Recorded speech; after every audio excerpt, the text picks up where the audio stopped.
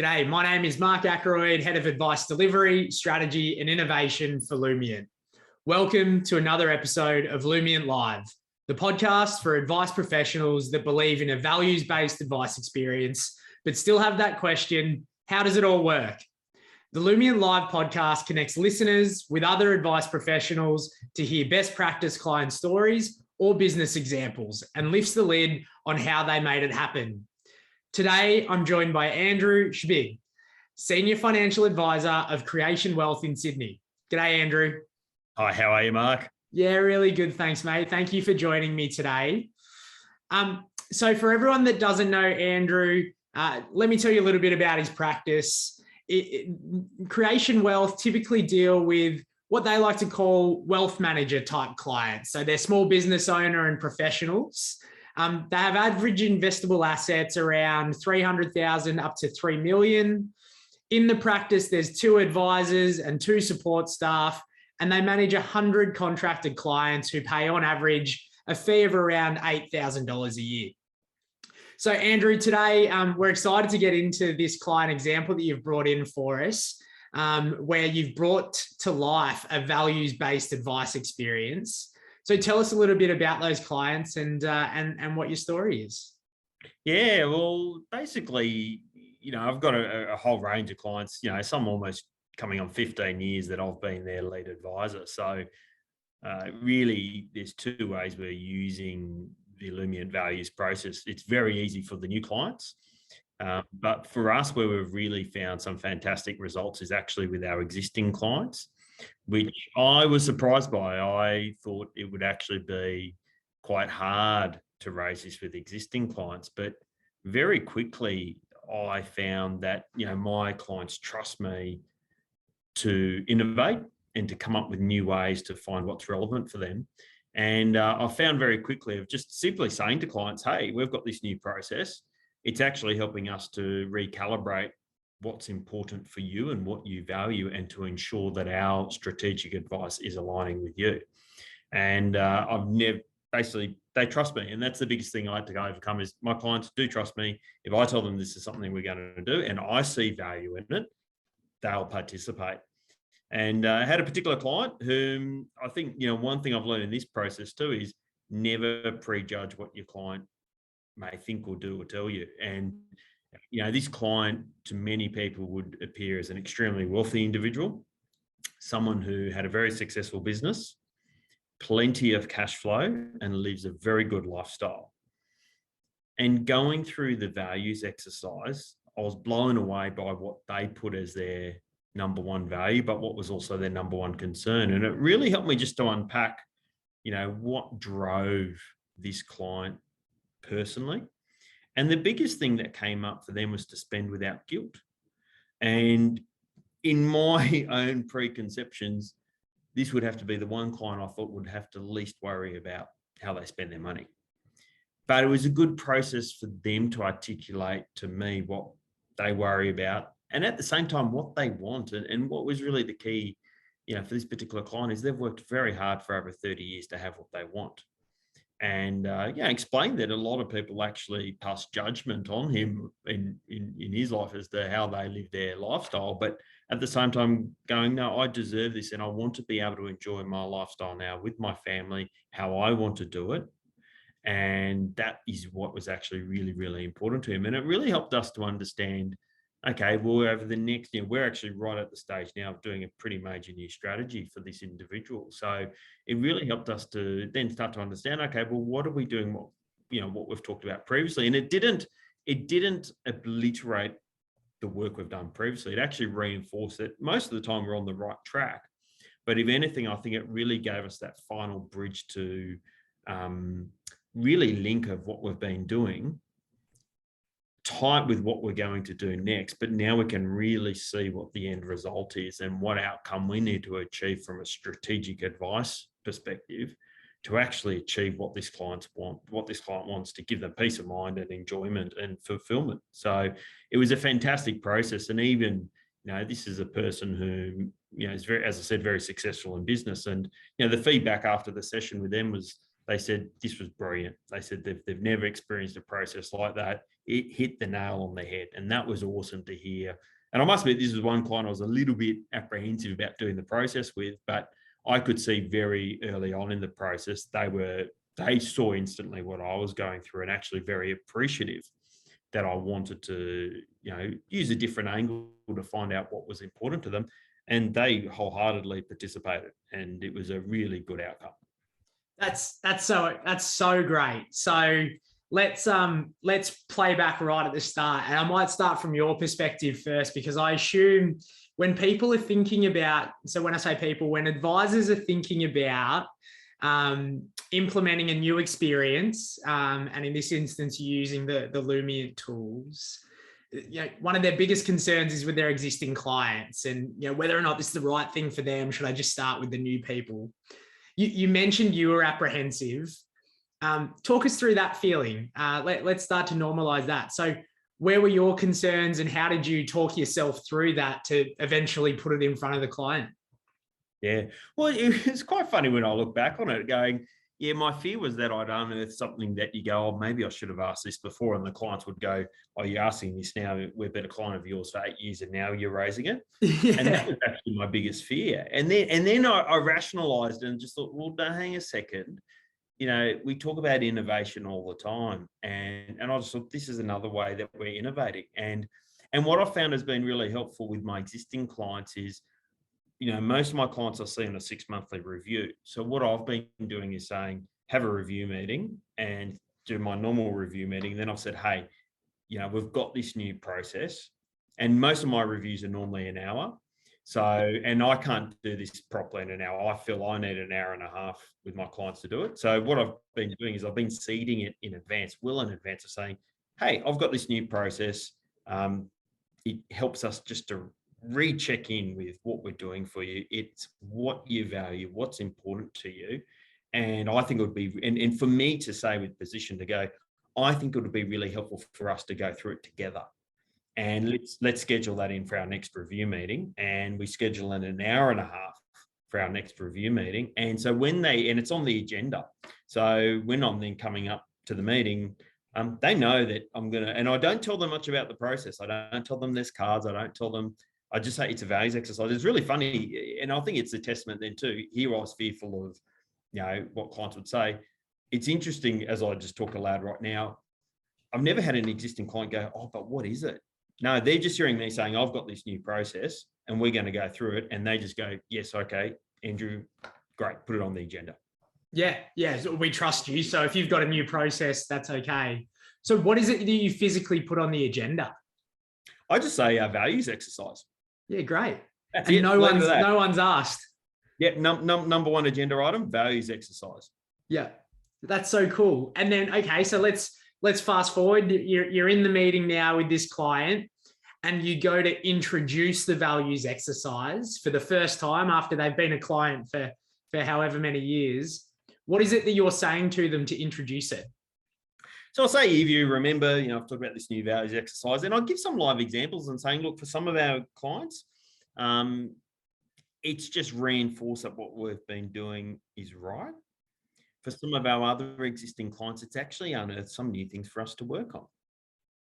So let's get into it. And then, I explain to clients, and look, if I look back historically, I go, we were very much a goals-based business. So we were very, and still are, very good, because I saw prior to this values exercise, I saw, the way I was approaching clients was most clients had nothing written down about what they want to achieve in life. So we really have been very strong. For a decade, I was writing goals for my clients, and we were a goals-based business, and very particular with how I wrote my goals. We'd start with 2. So you want to generate a recurring income of X amount by age, whatever. You want to save X amount for a home renovation. So we're very good at writing specific goals for clients and then working towards those. But again, the nature of that is you're stuck with things that are measurable, that again are financial and very objective. And so we've had great success with that, but it misses the emotive side. And this is where then, as we go through that exercise with the clients and they see straight away, it's picking up on things we just haven't talked before. And it's giving them, I find the best thing with the cards is I think if I was to ask these questions, people would be quite confronted maybe sometimes. And the other thing I've got to battle with too is I'm naturally a very objective person. The skills in the industry, the emotive, the subjective skills are something I've had to learn to make that connection with people at an emotional level, because I'm just not naturally an emotional person myself. But it's a great tool that gives it a bit of an arm's length element, but the freedom that the clients can then just talk themselves and you're there to listen. So let's talk about the experience with this client that you've brought in. You're going through the cards, and for those that haven't seen the exercise, they get a set of cards and they have to pick their top 5 and then prioritize the top 5. So you go through that. What's the conversation you're having along at the same time as they're doing it? Are you coaching them through it? Are you sitting there in silence? And then when they pick the card, what's the first thing that you sort of go with? So I ask them to pick their top 5, and I tell them, take time to read through them. There's no right or wrong combination. And slowly pick your 5. And then it's the discipline of zip. I shut my mouth and lean back in my chair. I'm very conscious of the body language I give. I lean back and I'm very relaxed. I'll even slouch a little bit. And it just shows, okay, I'm serious. I'll push myself back from the table and give them the space. And it's actually quite amazing. You can really see people taking the time to think through them and select their cards. And even once they've got the 5, I still keep silent for a little bit longer, because you then see they're processing, they're reviewing, they're checking. And then occasionally one goes, oh, it's funny, they go, oh, am I allowed to change one? And you're like, yeah, sure, it's your top 5. But it's because I've made sure I've stood back to give them that space to think. Yeah, both physically and non-physically as well, right? By through your silence. Yeah. And then we start now to explain the process. All right, we'll then order them. So put them in your first preference to your 5th preference. And then we start talking about, all right, I'm going to ask each card, why did you pick it and what does it mean to you? And again, the discipline of just, you've asked the question, shut up and just listen. and give them the time to chat. And what I actually find is I actually feel the clients just freely talk more than when I would traditionally say in a first meeting, ask someone a question. I was getting much shorter answers, but I think, I don't know whether it's due, there's an existing relationship here as well, but and they can just see we're just listening. And in this client's instance, they picked spend without guilt, which was surprising for you based on their balance sheet, and would be surprising for a lot of people if I assume they came across that scenario. Tell me about the conversation that occurred then. So you said you would typically ask, why did you pick that card and what's important about that card to you? What did they say, and how did you have that conversation with them? Well, I just started telling about how they grew up and the journey they had to create their business and the sacrifices they had made to get to the position they were in. And I think I was quite fortunate with this one in the sense that because I just was quiet and just listened, they just kept talking and talking and talking. And it's a discipline of, if someone's just talking and talking and talking, don't interrupt. Yeah. And that's what I've actually found the best thing with this thing is actually, I'm not finding I'm having to do many prodding questions. The tools given there, and because I've set the framework, and it's almost like, one spouse will keep talking and talking and talking. You can see the other one, if anything, the one you got to manage is then the other spouse chipping in. But then again, I find quite often it's then the spouse saying, hey, you're going to have your turn. This is my turn. And I openly joke with clients that I'm going to put my marriage counselling hat on. Yeah. You know? I'm not qualified, but Yeah. and I'll say it a bit of a joke. But again, yeah, it always gets a giggle. Yeah, well, that'd be a fear for many advisors, Andrew, you know, that they need to be a qualified psychiatrist to have some of these conversations, or a marriage counselor. Do you feel ill-equipped to have it, or are you finding it that the clients are doing the job for you through their conversation? Yeah, there was another couple that we were doing, and the wife said, "Wow, I've been married, I've been with you for 13 odd years, and I never knew that." And they both, and you could tell at first they were a little bit awkward, and I just went, "This is great." I said, "This is what we're doing this for. It's to look at new ideas, new direction for us, new things we need to be considerate of." And because I was relaxed about it, and I think that's a key thing. If I started going, showing my body language of, "Oh crap, these guys are going to have an argument and I don't know what to do," I think that would make them uncomfortable. But again, because I was relaxed and I reaffirmed that, hey, this is exactly what I want out of this session. I want you guys to be surprised. And then that opened it up even more. And I think that then you really saw they both embraced. And what I then found interesting in that example, as I recall, when they were talking, they weren't actually talking to me, they were talking to the spouse. Yeah. Yeah. And that I think was very powerful. And you could see the other spouse was just listening, and it really became this, I was a fly on the wall, and they were talking amongst each other. And that's invaluable.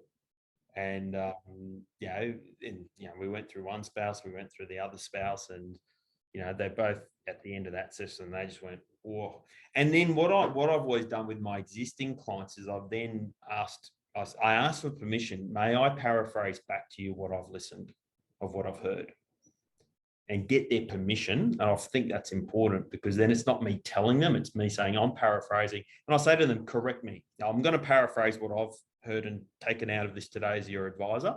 And I want you to correct me if I've said something that's not right. Wow. So tell me a little bit more about that. So when you paraphrase it back, what are you looking to do there, and how do you find clients engage with that approach? What are they saying to you? I think it's a point to make sure I've heard correctly what they intended to say.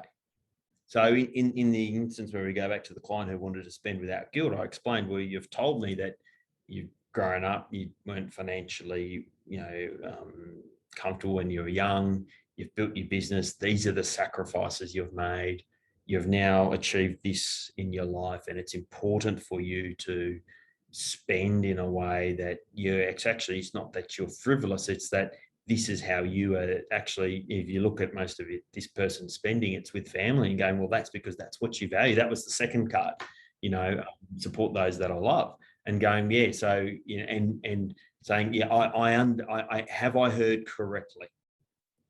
And then the other thing I'll do too is I'll explain to them as well what I've picked up. So the biggest one, the other one that I've had with a few clients where, they're in a home that they say they're comfortable with now, and we've got an investment strategy, but they put living in a better place as their top card.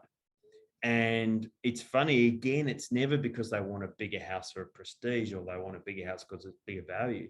The most common thing I've picked up with the ones who will pick, oh, they want to live in a better place, is because, or if it's a bigger place, it means they can entertain more, and entertaining, that spending quality time with people that they love, having family around.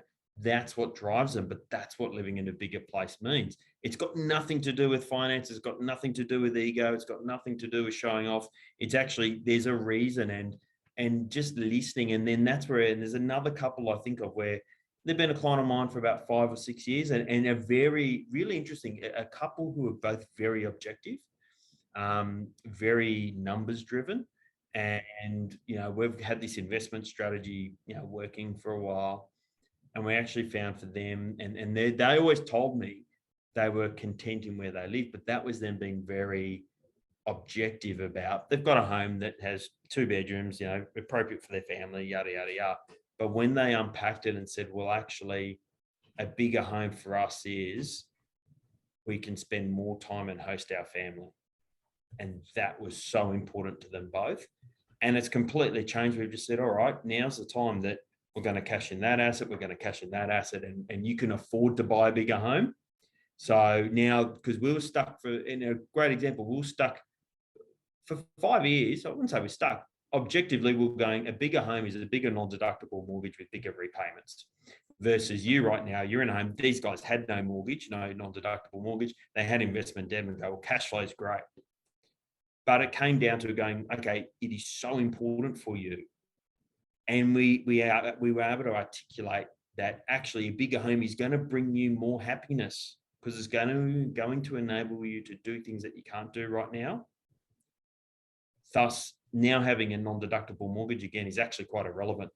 That cost and for the happiness it'll bring you, that happiness is far greater than that non-deductible debt. And you're going to pay off that mortgage. We've got a plan now. We can see how we're going to pay it off, but they now have the biggest space that they wanted as a young family. And and so when I paraphrase back too, I'll tie it back of going, well, we've done this strategy in the past, and it's nice to reaffirm and go, actually, that strategy was good. But then I'll also go, from what I've learned, this is where we got to change. This is the new opportunity for us to investigate. So me paraphrasing it back, I think is very powerful, just to make sure that I've heard it correctly and that they essentially go, no, Andrew, as our advisor, you got it right. You've articulated it well. Yeah. And I've got another example where we did it, and it was with a client where, when I paraphrased it back, like, there is nothing new out of it. There was nothing that changed. But it was the client that then said, this has been fantastic because it's just confirmed what we've done for the last few years is perfect. Yeah, sometimes it's not about, changing the world. It's just about confirming that everything's okay. And as you've shown with the other examples, yeah. As that client said, they go, we are on the right track, and it confirms we're on the right track. And thank you, we're on the right track. Yeah, perfect. We'll take it. So I want to go into the probably the bit that goes after the value session, and maybe we can talk about your spend without guilt client, or even the clients that you just mentioned around the non-deductible debt, and how it was actually going to get them more happiness to go back into a mortgage. Because a question on many advisors' lips would be, I can provide a financial plan with the old goals-based approach, right? Like, with just getting them to articulate their goals. I don't need to go into the values and understanding the why behind everything to do my job. So if I pose a question to you, Andrew, what's been the impact of doing the values session for your clients' engagement with their strategy and for the strategy itself? You've mentioned it's changed things a couple of times or reaffirmed things. Like, what's been the difference when it comes down to getting to the strategy? Well, I think I've always used the analogy, and I've used this for a few years with the clients, of saying, I'm your chief financial officer of your household. Now, let's use an analogy. We're running a business. It's your household. You go into work, you go into your business, you're very disciplined with how you manage your finances and business goals and KPIs there, and you don't do the same for yourself. So my job is to come in and be that CFO role. And that got the clients understanding. That's how I transitioned really from being a product solution-based advisor a decade ago to being the strategy. And I say, use the analogy, you're the board, you're telling the strategic direction, I'm telling you how to implement. And I think what this has really done, it's just completed that we are advising you on your whole life. And it's been really interesting. We've just taken on a few new clients from a retiring advisor. And it stumped me that all those clients, when they're meeting for our handover meetings, the talk is all about the performance of a portfolio. We've done 6% Y, or we've done 3% Y. In my client review meetings for a number of years, I rattle off performance. We talk about performance for 2 minutes. Market's down, your portfolio's down 2%. Yeah, okay. Market's done that. It's the strategy. And I think that's where many advisors are still struggling with getting out of, I'm a portfolio manager. I'm not a portfolio manager. I'm the general practitioner of your finances, and I'm not a property expert. I'm not a share expert. I'm not a bond expert. We then go specialist for all of those, but I'm the one coordinating it all. And really, none of those guys, they're all the ones dealing with the solution. None of them understand how that solution actually fits in with your greater picture and your strategy. And so the values exercises really, I think, help to complete that holistic strategy. Is, yes, we've got some clear direction as to where we're heading and what we're going to do, but we know how and why that ties back to what are you here for in the first place? Yeah. Yeah. And do you find clients resonate with that more so than the previous approach you used to have? Yeah, I think the previous approach was it was working, but it just didn't touch on the emotional side, the comfort side. So I think this involving in these values, and look, everyone's different beasts as well. So I think, the challenge with the goals-based approach we were doing previously was generally, typically opposites attract. So naturally in a couple, you've got someone who's the objective thinker and one who's the subjective emotional person. And that's why they're together as a couple. So if anything, what it means is we're now covering all bases in a couple, because you've still got a person who's naturally objective. And so traditionally, it was the objective thinker whom I always had that main relationship with, because me naturally being an objective thinker, there was the connection. And the objective thinker tends to be the person looking after the finances in the relationship, and the other partner was along for the ride. But now we've truly got this approach and we're still doing our goals based. We're still writing our still goals. Need it. Yep. Yeah, the exact same way. But we've now got two tools that ensure we capture all aspects of particularly a client who's a couple. We're really now catering for, the person who's more subjective and emotional, and still tailoring. And it's very easy when you're dealing with numbers to make objective people happy, but it's just complete. It's a holistic package. And I think with some of the clients too, particularly for the person who's traditionally that objective thinker, to have that recognition that, and you quite often find a lot of those clients, they do kind of lament a bit that their spouse isn't interested. And they do feel sometimes that there's a burden on their shoulders because they're the ones worrying about all the bills and the future direction. But it has brought the clients together that, that person now understands what's driving their spouse. And so again, we're doing with the strategy, well, these things we're doing help to cater that. But it also then has, given that other more subjective person an understanding of, okay, well, how does all this work together? Just saying you want to, volunteer my time. Yeah, lovely to do. But there is a cost to that too. But, it's understanding how all this interacts. Yeah. I love it, Andrew. There's plenty of tips there that we'll summarize shortly. Our final question always on Lumient Live is a bit of an offer of a tip or a suggestion to those that, maybe are considering implementing a values-based advice experience, or maybe they've just started on their journey and they're still ironing some kinks out. What would be one tip that you would give to a peer in the industry that's going through either starting at a values-based advice journey or are about to? I'm pretty passionate is that values-based advice is what will keep financial advisors relevant. We are living in a world where computers can risk profile, decide a portfolio and invest clients' money, and we are no longer needed. Okay. So what a computer can't do is understand at an emotional level and connect with someone of what actually drives them. And so I feel once you understand that, portfolio management, assets, like, let's be honest, we have no control over how those perform. We've got control over asset allocation. That's generally accepted in our industry. Computers can do that for us. But this is now making and ensuring that we are future-proofing ourselves as a profession, and very excited that we are truly on the path to become a proper profession in equal status with lawyers, accountants, and other professionals like that. But this is what I think will mean that we will remain relevant in a world where technology is doing so many other things that we previously had to rely on humans to do. So I believe it's the way of the future of advice in this country. I love it. I love it so much. So we've covered a ton today, Andrew, starting with one client and going through so many of your passionate client stories, which is so inspiring to hear. To recap, from a best practice perspective or a tips perspective, you've You've offered things to us like how you include the values exercise on the agenda for your existing clients and your new clients to get them ready to go. You've taught us a little bit about how you introduce it, around how you're always looking to innovate. You've taught us those little tips around your body language as people go through the values exercise to give them that physical and mental space.